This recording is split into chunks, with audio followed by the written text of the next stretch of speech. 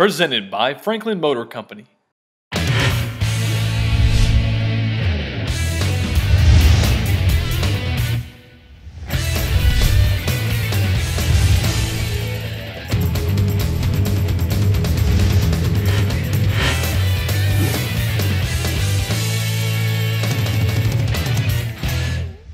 Good morning, Williamson County and beyond. This is Sports Source for the week of August 11th, recapping the week that was, starting with several high school football scrimmages.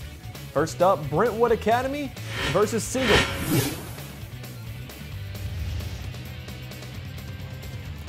And on the first drive, Dawson Knox is floating a pass over to Carson King for the touchdown on their very first drive. Brentwood Academy starting strong, using that no-huddle offense.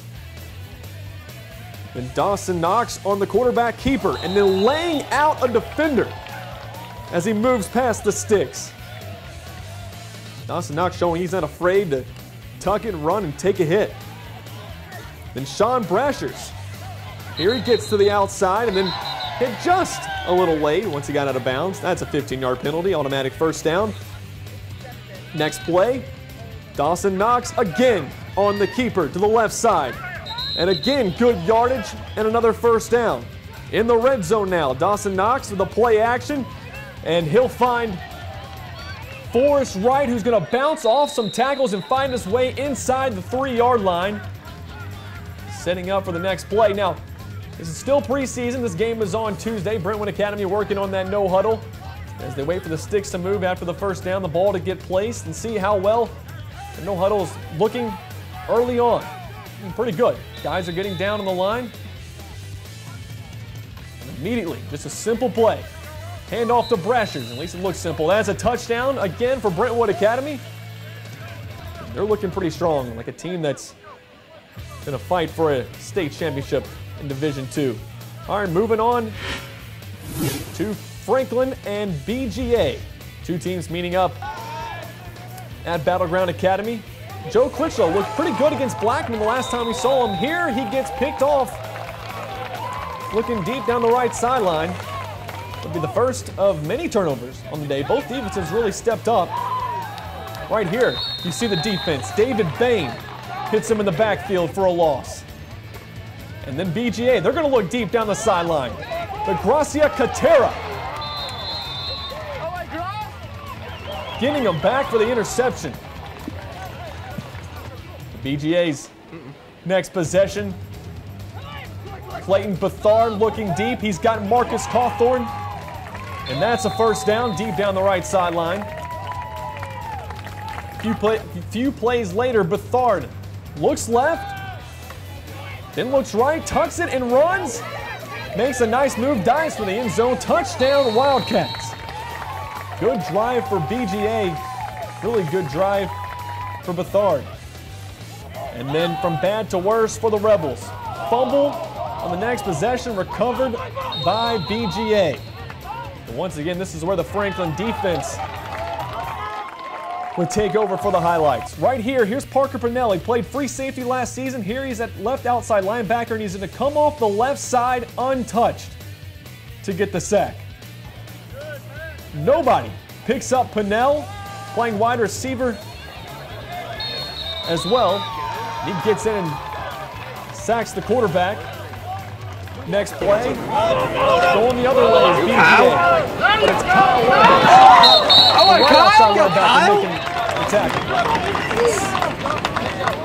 So you recognize the run. Now here's Joe Critchlow, and Parker Pinell just made a good play on defense, and he's going to make an even better play on offense. The diving grab from Parker Pinell. A little shaken up on the play, but he was able to jog off on his own, so he seemed okay. A few plays later, Bryce Millam. Rebels expecting a big year out of him, like we said last week. He goes up the middle for the touchdown, tying the game at 7 at the half. And Rebel fans, many of them in attendance on the road, excited to see their offense get going. So Smyrna taking on Independence. This game would be shortened because of a lightning delay. Well, not a lightning delay, but lightning caused the game to come to a close. Here, Smyrna gets a touchdown. Few turnovers in the game. Independence scored 3 times. As we got a chance to talk to their head coach about what he saw out there on Thursday. Well, we saw some good, the bad, the ugly. We saw a lot of good things. Got a chance, even though it was a shortened scrimmage, to get a lot of guys reps. Would have liked to got a whole lot more. But we saw flashes of real good stuff, and then we saw stuff that we definitely got to work on. So we're right where we think we were at into the 9th practice. So we'll watch film, break it down, and get back at it. The coach is looking for those improvements to happen in a short amount of time with the season quickly approaching.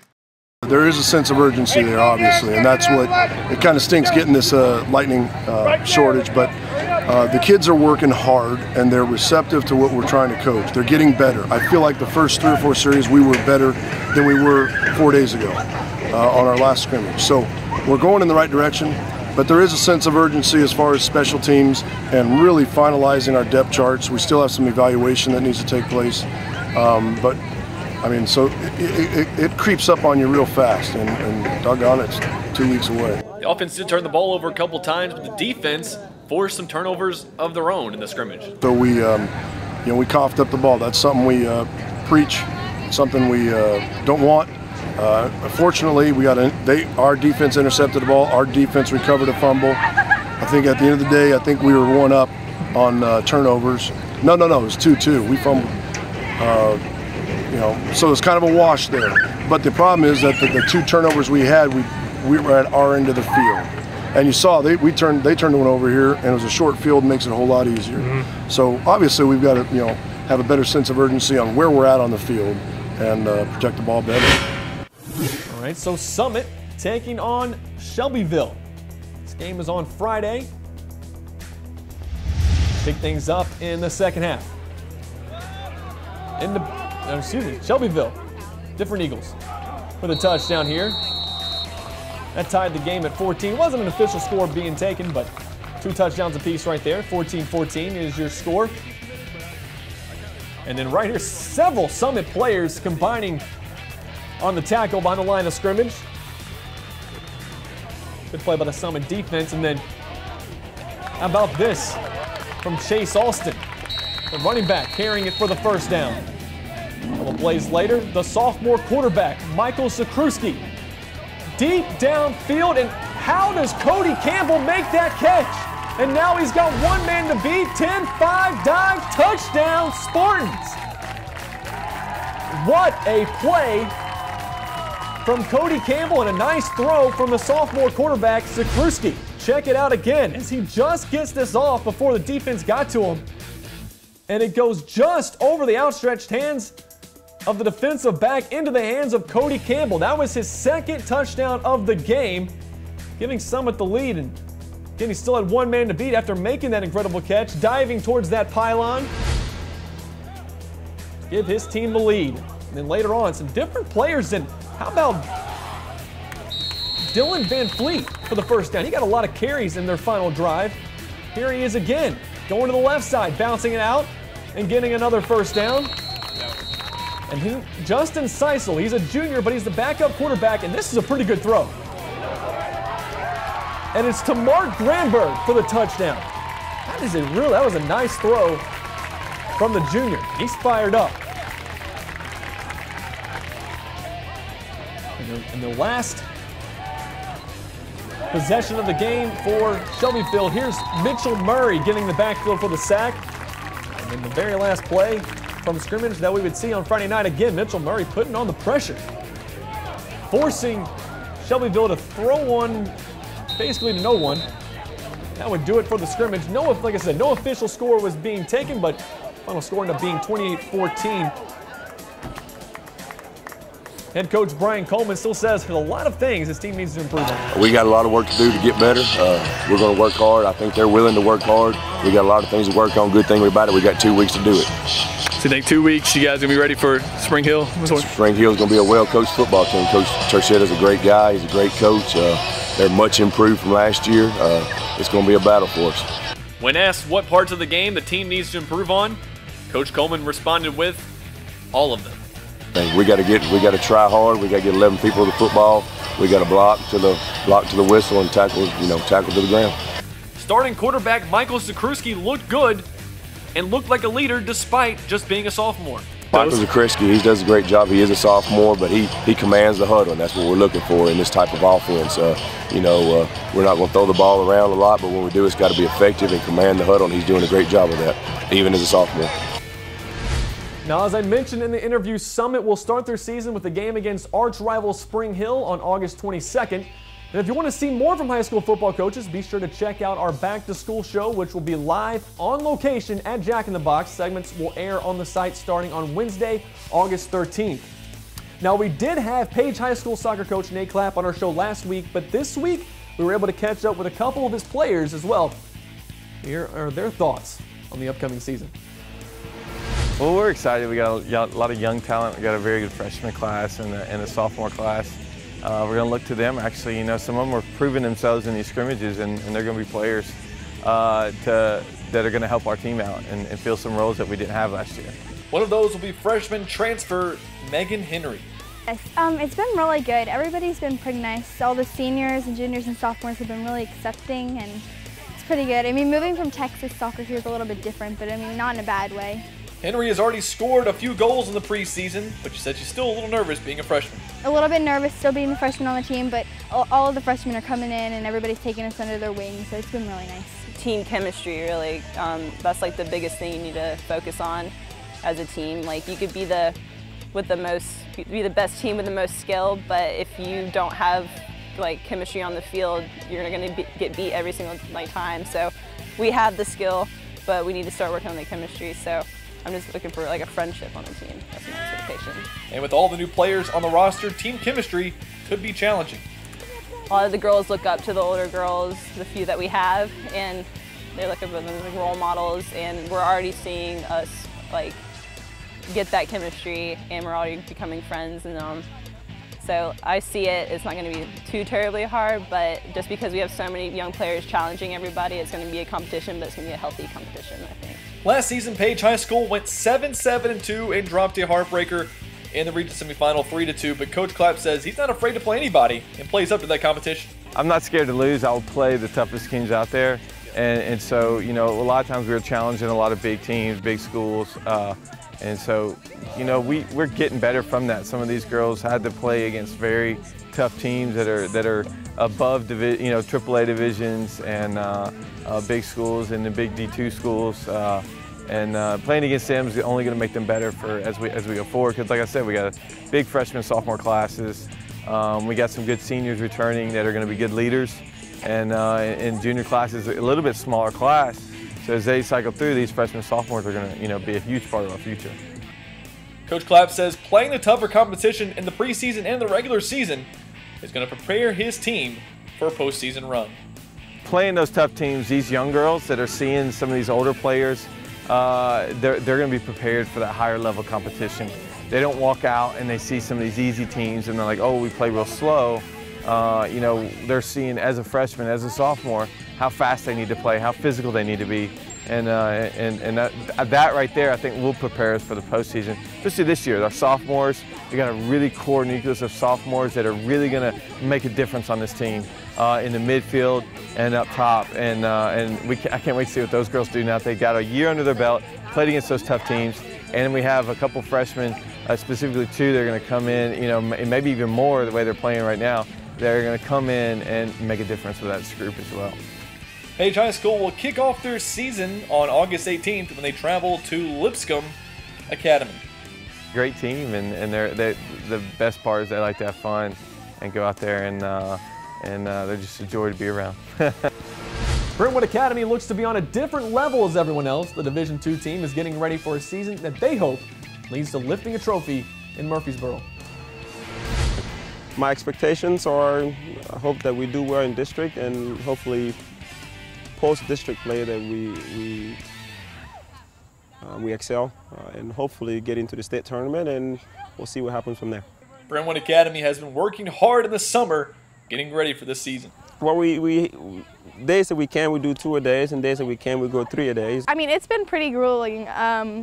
We've had 2-a-days past 2 weeks, and so we haven't really had much 2-a-days in the past years, and so it's kind of a completely different thing. We've been doing full field sprints and stuff like that, and just trying to get in shape and get ready for the season. we have a simple philosophy, which is iron sharpens iron. So one person sharpens another. So if you want something done, or you want someone to go faster or give you more, it starts with you giving more. And it started with the senior class, and it spread to our freshman class, which is a very good class that we have. So it's a very it's a good place for me to sit and watch them demonstrate what we've worked on at practice, and for it to come to light in the game.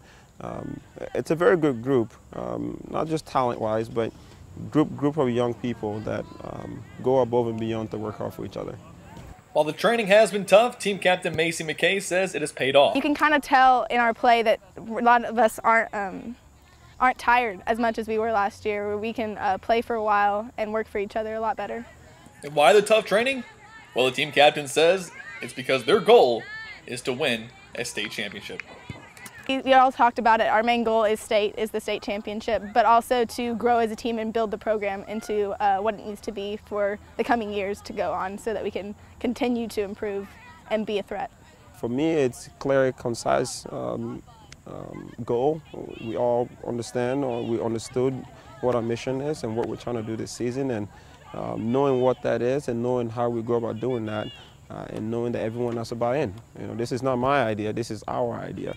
And they've done a great job from the very first day we had orientation, knowing that this is our mission. And I said, if this is not our mission, then let's reset a different mission. But if this is going to be a mission this year, then let's go after it. But everyone has to give 100%. And as you can see tonight, they've given 100%.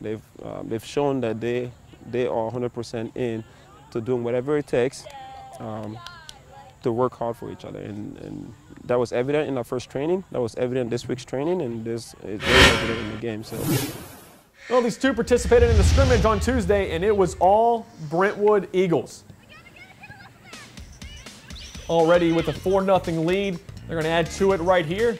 Taking the shot over the outstretched hands of the keeper. That's the 5th goal of the game. Like I said, these two teams are in totally different divisions. This is not indicative of how poorly Page played. Page is going to compete in their district, and it'll be them and probably CPA to try to see who's going to come out of District 12. But this is really just how good Brentwood Academy is. Another goal there for the Eagles. And why not one more? Like I said, this is not a bad Page team. This is a really good Brentwood Academy team. They win this scrimmage, this exhibition, 10-0. All right, folks, well, plenty of good reasons to check out Franklin Motor Company. One of those reasons is to check out their 2008 BMW 5 Series. As BMW's popular mid-size sedan, the 2008 5 Series boasts some styling renovations and a 6-cylinder engine lineup this model year. The 528s feature a 230 horsepower inline 6-cylinder. Standard equipment includes ABS brakes, traction control, and front and side airbags. This vehicle offers dual heated seats and climate control and Bluetooth technology. A beautiful two-tone interior really sets that standard for luxury, so check it out online now by clicking the link below. It's Franklin Motor Company. Your ride is here. Here it is on the lot. You see it? There it is. Now, a few weeks ago, we interviewed Johan Cook. He was getting ready to play in the Players' Championship at Valhalla, and Johan did and finished +7, and that's only 1 stroke behind Tiger Woods. But he still had one of the highlights of the tournament. This 100-foot putt from just off the green on hole number 10, which was his first hole, that's an eagle. Just an incredible shot from Johan. He was the only person to eagle the 10th hole that day. Now, South Nashville Little League returns to the College World Series after a come-from-behind win on Friday night over Virginia. Sam Slaughter belted an eye-high fastball over the right field wall that extended SNLL's lead to 9-4. They will play their first game in the Little League World Series in Williamsport, Pennsylvania, and that will be on Thursday. Okay, so from youth baseball to youth football, the Franklin Cowboys hosted a jamboree on Saturday. And this right here comes from the AAA teams of the Oakland Patriots and the Franklin Cowboys. So starting things off in the first quarter. How about this run from Oakland running back, juking Cowboy defenders until he is forced out of our camera view and out of bounds. But the Oakland drive would eventually stall. And that's because it would fumble the football. It would be recovered by the Cowboys. who would then take over. It would be the first of many turnovers on the day. Next Patriot drive. Cowboys get in the backfield and take it away. Nearly returning it for a touchdown. Well, just had one tackle to beat. Look at him fighting for the ball. Score be 0-0. No score. We go to the second half.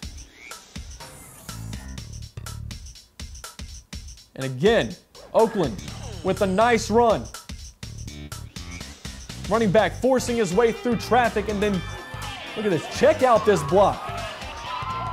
Clearing the field for his teammate to go into the end zone for the score. They lead 6-0 after the failed extra point. There was a flag on the play, but it was a face mask.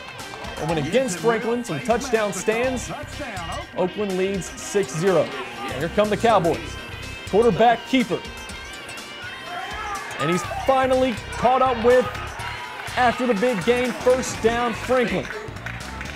Player 2 later. Cowboys looking to tie things up. And this is just a good throw and catch from Franklin. Game tied at 6. They could take the lead with the point after.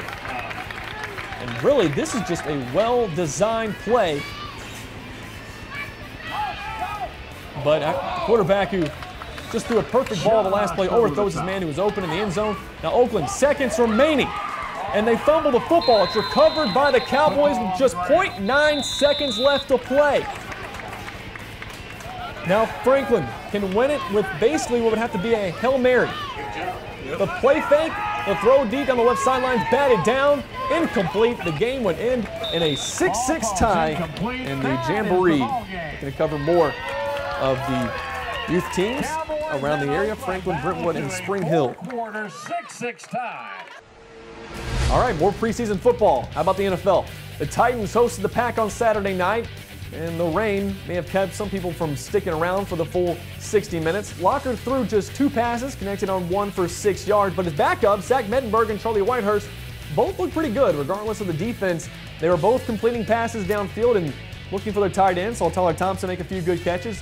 Sean Green scored the first touchdown of the game, and Charlie Whitehurst found Sankey for a touchdown to tie the game at 13. And Jackie Battle's touchdown gave the Titans the win after a good drive by Zach Mettenberg. The O-line looks much improved, but obviously this is too small of a sample size to really get a feel for how this season is going to go. But you can check out the Titans again this Friday. They're on the road, 7 o'clock in New Orleans to take on the Saints. MTSU will have 11 of their 12 games broadcasted on television, bringing great exposure to Middle Tennessee State University. The Blue Raiders will appear on the Big Ten Network, FS1, FSN, FCS, American Sports Network, and CBS Sports Network. So good for Middle Tennessee State to get some airtime, and they deserve it. They've really built that program up over there. The news this week coming out of the University of Tennessee is that Butch Jones was not happy with the way his quarterbacks have been looking. And Jones made other remarks about how his team is not experienced enough yet to fight for big wins in the SEC. So maybe my 9-3 prediction may be a little off there. I don't know. Well, last week, as you started, I gave my predictions of UT's schedule. Today, going through the Vanderbilt schedule and some of their easy out-of-conference opponents. I mean, really easy opponents, easy 4 wins. Temple, UMass, Charleston Southern, and Old Dominion. There's 4 wins, so now you just need 2 more, and you're bowl eligible. And that's not going to be as easy as originally thought. Now, they can get one against Kentucky and possibly still another one to go bowling in Derek Mason's first year, but that's going to be tough. Now, as you may have saw on our site this week, 3 OVC teams have landed in the preseason in the FCS Top 25. Tennessee State is 17th, defending OVC champion EIU is 11th, and Jacksonville State is 6th in the Sports Network Top 25. That's the highest any OVC team has been ranked in the preseason, and we saw where EIU finished up last year, so and that was 1 game away from playing for the national championship in the FCS. So Jacksonville State might be right there to bring the OVC back into the spotlight again in college football. That'll do it for this week's edition of Sports Source. Be sure to check back in every Monday around 9 o'clock. That's when this thing's going to air, 9 a.m.